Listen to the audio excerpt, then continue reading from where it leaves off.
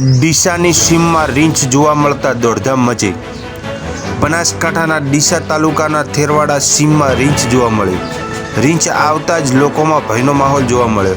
રીંછને જોવા લોકોના ટોળે ટોળા ઉમટ્યા। સ્થાનિક ગ્રામજનોએ ફોરેસ્ટ વિભાગની જાણ કરાતા ફોરેસ્ટ વિભાગના લોકો સ્થળ પર પહોંચી તપાસ આરંભી।